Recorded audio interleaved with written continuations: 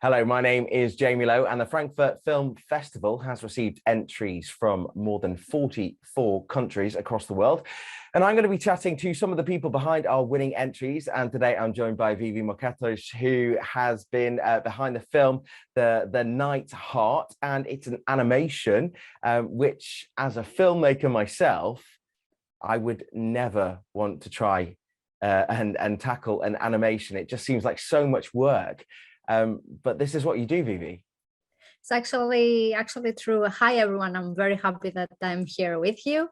At the moment, I'm in the UK. I'm originally Greek. Hi from Fera. Animation, yes, it's a difficult field, but never say never. Actually, it's a very beautiful film. Our film, it's very beautiful field to try to delve in. I think you should give it a try if you really want to. I think it's worthy. Before we get into the sort of specifics of making an animation film, why don't you just tell us a bit about the story and the purpose of creating the film that you did? Yeah, well, actually, that's very difficult to say. I was inspired by this country, by England, when I came here to study for my master's degree, which was computer animation. My first degree was in Athens, in the National and Kapodistria University of Athens, where I studied theater. So I have a foundation of theatrical studies. And I try to combine these two fields. And from theater, I actually took the writing, the directing, the theatrical background, and from computer animation, the more practical stuff, how we can do that. So I was inspired a lot by this country when I visited the castles, the National Heritage castles, the museums, and I researched a lot of medieval history, something that actually Greece, we didn't experience medieval times the way that the Western did. So I wanted to bring that story to my country and show them a little bit of that. It's not a historical animation, but it has a medieval glimpse in it. So that was the one part. And the other one is that I was a lot inspired by Walt Disney animations and Don Bluth, the classic fairy tale. So I wanted to make a fairy tale.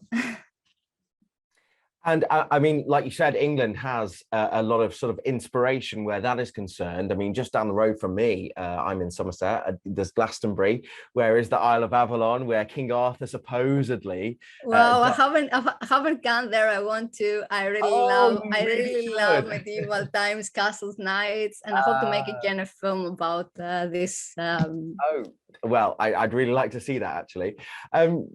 So you're drawing inspiration from all of these different sort of tropes of law and different types of things, but turning that into your own story, you know, almost sort of creating something new from that. How did you do that? Again, as I said, by my time being here, I was inspired a lot by your story, your history, and I wanted to bring something of me. It has a lot of autobiographical things in it. You cannot see them, but the hero is a young boy who tries to achieve his dream. He dreams of becoming a knight, and that's the premise of the whole story.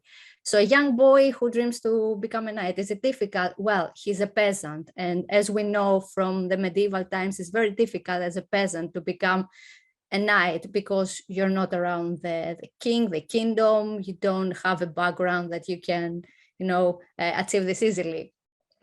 But we have learned again from English history, like a story about William of Wykeham, who managed to do that and, break the norma that was existing back then. So actually it can happen. And I want to give hope to young people. And also from my own background, that I had a lot of difficulties when I was young. When I said to my parents, I want to be an animator and an artist, they were very negative. I grew up in a village in Greece, and back then, and as a woman and as a young person, I didn't find this approval. I didn't find this encouragement from my own circle. And the same happened to the protagonist of the story. So through all of these backgrounds, I wanted to create a story that can inspire young children to follow their dreams no matter what. And whatever happens in the end, we're all going to be a knight. We're all going to make it. And that's it.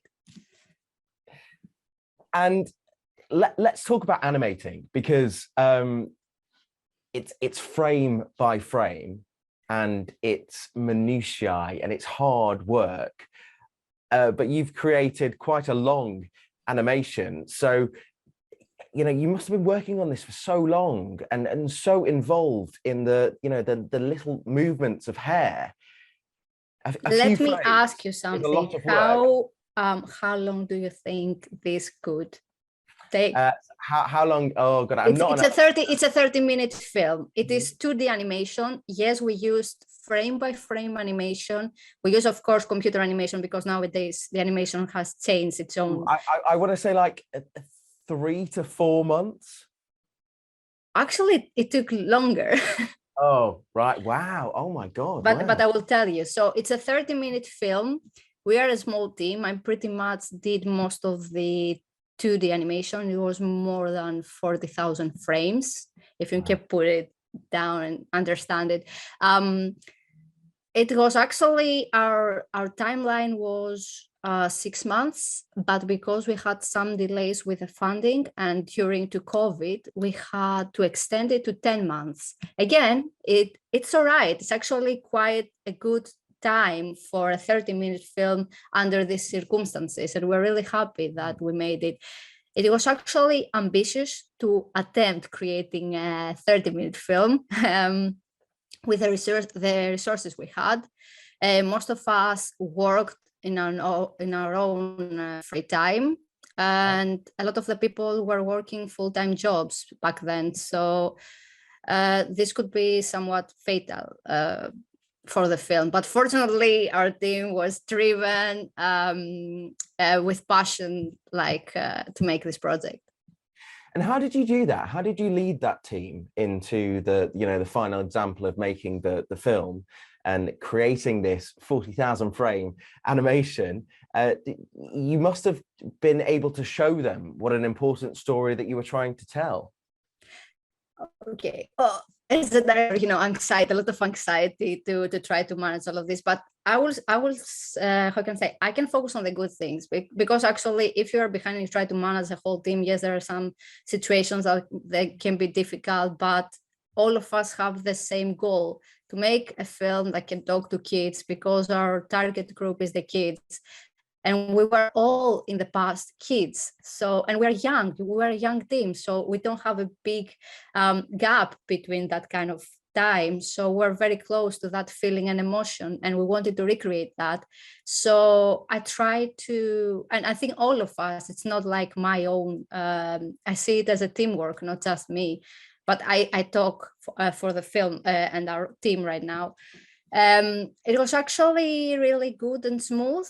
In the end, we managed to make something lovely. And for somebody who doesn't know, Greece as a country doesn't have a solid animation industry. So what we're doing is actually good for our own country. It's actually really beneficial, because we want to establish that there are people making animation, and hopefully in the future we're going to have a lot of studios that they can make and speak for the young children in our country in their own language.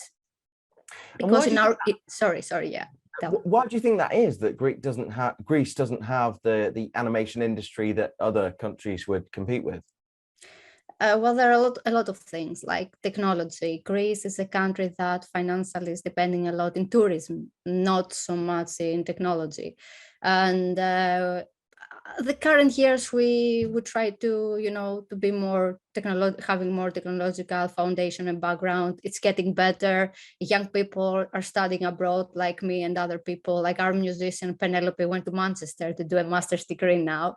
A lot of people coming to the UK, a lot of people going to Germany to study. They bring all this knowledge back to Greece. So we were struggling in terms of knowledge. We were struggling in terms of money. As you have heard, we have the financial crisis still in Greece. So, and animation needs a lot of fund. It needs a lot of money in advance to make it, because some people working in the studio for a long time to finish a project, but the money has to pay all these people working. So it needs funds, it needs technological background, and like passion, maybe ideas. I think Greece has the passion and the ideas, and we are trying to get the other things too. It will take time, but actually it's very positive. We're going there, we're getting there. And then you're based in the UK right now, but obviously Greek, like you've mentioned, has had a sort of difficult financial situation. So getting funding for films, and especially Greek creative offerings, must be quite difficult. It is. Actually, that film was made by a fund from the Greek Film Center and the, how do you call it, like the Ministry of Culture of Greece. And that was actually one of the first attempts really during COVID to support animators, animation filmmaking. That was actually, how can I say, like, it was a demonstration for us. It was actually really good. And I was happy because I was one of the young people getting trusted with a small fund. Like, we were paid 12,500 euros, which is around 10,000 pounds, to make a 30-minute film with original score, music, famous actors, everything made by hand, you know, very, very small fund. But actually it was the stimulus to make it and prove that we can do it. We were very happy. I mean, that is an incredibly tight budget. But why animation? Why this form of why film? animation? Like, as I said, it's something that we need. It's something that, you know, I think people will never get bored of animation, and especially the kids. The kids need it more, especially during these difficult times that we live in. And animation, I think it's the place, it's the thing that can actually tell a story to the kids better than other media. I don't know why. I think animation, it's closer to the kids than any other film, and kids can more relate themselves, empathize themselves with an animation with an animated character. And it's actually magical, difficult. It needs a lot of research and study to understand more why this empathy and how this empathy coming from. But actually, I think animation is a field and a medium that we really need. And that's why we did animation, because it's difficult and because we want to prove, like our hero in the story, that you can do it. If you believe in yourself, you can do it. It's not impossible. And then let's talk about some of your sort of editorial choices then, going through the sort of creation process. You know, you will have written the script, you will have come up with the initial art for the film, but then that will have changed at some point throughout the process. Could you tell us a bit about what you did and how you sort of massaged that creativity into the film that we see today? Yeah, okay, all right. So we start always with the script. Not always, but most of the films start with a script. You can start with the music that inspired you, and you can make a more abstract animation. This has happened. I have done it in the past with my first film. So we started with a script. It was based on a fairy tale, on a book I have written. I am also working as a children's book illustrator. I have illustrated more than 30 books. So it was a book I illustrated for Amazon. And the title was The Knight's Heart. So it was the same. And when I illustrated this book, I was dreaming while I was doing the drawings. I was visioning the whole thing as if it was a film, if it was an animation. So I had this idea, and I said, "Oh my God, what like." I would love to send this script or this book, you know, to a big industry like, I don't know, DreamWorks or Universal Studios or even Disney. But who am I? Like, they would never reply to me. They will never, why are they gonna see my script? There are so many people writing. So in the end, I said, okay, I mean, I can try to make it on my own. I mean, I'm an animator. I should not be afraid. I should try. Why not? So the fun was the stimulus, as I said, like the excuse that make us put a team together and make it. We started from the script, we took the script, and then we created a small animatic. The animatic was also inspired the actors. I chose some very, very famous actors in Greece. The protagonist, the voice of Cole, was made by the actress who does the voice of Ash Ketchum in Pokemon. So she's very famous with the young audience. Wow, no like, way. Pikachu, I choose you. Oh, no way. Yeah. Actually, yeah, for a young person like me, it was crazy to, to contact with these people and say, hi, could you please perform for our film? It's actually very, very talented, very amazing. And for a young person like me, collaborating with a person I grew up with, it was something I could never imagine. It was a dream that came true. So sorry, tell me, yeah. No, continue. So I gave the animatic to the studio. It was recorded in Sierra Studios, which were also our producer. And the animatic plus the voices, we had pretty much the solid film, and we had to build the animation on it. So we couldn't do a lot of changes on it. After the voices are done, we have recorded the voices. It's very difficult to do a lot of changes in terms of script. You had to pay again the studio, book again time, book again the actors. So what we had to work with this. And then we sent the animatic with the voices to our musicians and composers to be inspired. And after we finished pretty much the animation, we also sent it again to the composers to do some small changes to adjust it so they can be together. And that's it, yeah. And the protagonist, Cole, he has some qualities that I think translate to, I mean, what you're doing, being a female animator in Greece, trying to like start this industry and trying to start this form of art. And it all begins sort of with this film. Actually, yeah, there are also some other animators that they're trying also in Greece, and some other generations that are older than me. I'm one of the youngest generations at the moment that is trying to do that. But as I said, we don't have solid animation industry. We don't have big studios. We start building them and we start making projects. We have a lot of individuals film happening, but we don't have, I can't tell like every year we have a production of animation, because that's not true. The Greek government, the last years tries to support animation. As I said, with the program we got funded. So actually it's positive. Fingers crossed this will keep going, because also we are a country that we're facing financial difficulties and crises. Yeah, but for young people like us and young animators, for young Greek animators, and not only for young people, they want to follow their dreams, make it despite the difficulties, despite the trials and tribulations. We can make it if you have the dream, if you have the vision, and you have the values. As you said, like our character has a lot of values, which is like courage, be kind to people, believe in himself. He has a little bit of ambition, but he has a good heart. And I think that's like the secret behind to make something, to have a good heart and try the best you can. And so the future then, because, it's easy to pick up an iPhone and create a film that you're filming in actuality, but with animation, it's a bit more difficult. With animation, it needs sort of an art skill, and then also to be able to, the technical skill to turn that into an animation. So to promote this style of filmmaking, what do we need to do? That's a difficult question, really.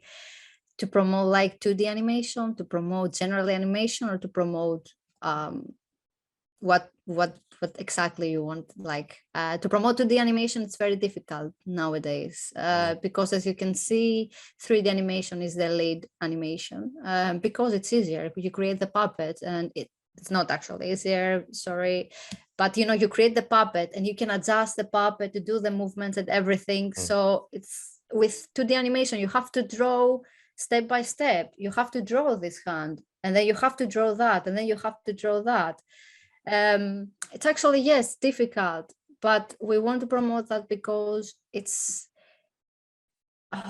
so magical. I was so much inspired by the classic animated films that you can see from Ollie Johnston, Frank Thomas, Milt Kahl, all of these amazing people that they introduce as animation. They introduce animation to the world, to the film industry, to cinema, and not just for historical and research reasons. I think it's a magical field that you can learn a lot of things, to observe people, how they move, the theatrical background, how people react on things, and how you can exaggerate things like that. It can help you actually to see the world with a different eye, more creative, how you can interpret the character and the story through another character that you draw, that you build. It's theater inside the theater. It's impressive. And from somebody like me, that my first degree was in theater, it's magical. What can I say to the people? Like do it. Try to make animation, 2D animation if you can. Yes, it can be difficult. We have to learn the foundation first. There are some rules that we have to follow, but after the rules, you're the one to choose which one you want to follow when you learn them, and which ones you want to break, because you can do it. And it's actually really worthy for a lot of reasons, and for your own like self-esteem, self-development. It helps you a lot as an artist and as a person. It's actually very valuable. Well, listen, technology is developing, and After Effects is a great tool for stuff like that. The Adobe Suite is fantastic for, I guess, getting young filmmakers off to a great start. But I think let's circle back to the fact that what you can do in an animation is much more than you'd be able to physically do with that same unlimited. Yes, exactly. Well, I mean, what you can draw, there is no bounds to. So whatever story you want to tell, you can absolutely tell that story. However, if you went out to film it in a forest with a camera, you'd be faced with a lot more sort of struggles and sort of things getting in your way. Yeah, how you can achieve the lighting, to have the perfect lighting, like not a lot of there are not happening accidents. You don't have actually to face like difficulties, or like an incident will happen and actually cause like issues or break your camera. You don't have problems like that in animation. You have your computer nowadays, your graphics tablet, and the software. That's all you need, and of course a lot of imagination, and you can do everything. You can be in that forest that you dream of. You can be anywhere. You can be in the sky, like flying, or in someone else's mind. You can do everything, as long as you have that ability to draw quite for a good reason, all of this. Okay, so what's next? What's coming up for you? What else have you got coming up in the future? So as I said, I'm a children's book illustrator, and actually that keeps me very busy. I'm making at the moment a small short animated story for music school. For children with disabilities. It's to help advertise the school and to celebrate all the good things that they're doing. And I'm also currently applying for funding for another future animation project, which hopefully I can bring along next time I see you guys. Well, we definitely look forward to seeing what's in the future for you, Vivi. Thank you so much for talking to us here today. Thank you. Take care. Frankfurt Film Festivals. If you want to find out more information, or indeed check out all of these amazing films that we've had entered to us, you head to our website, and we'll see you in the next video.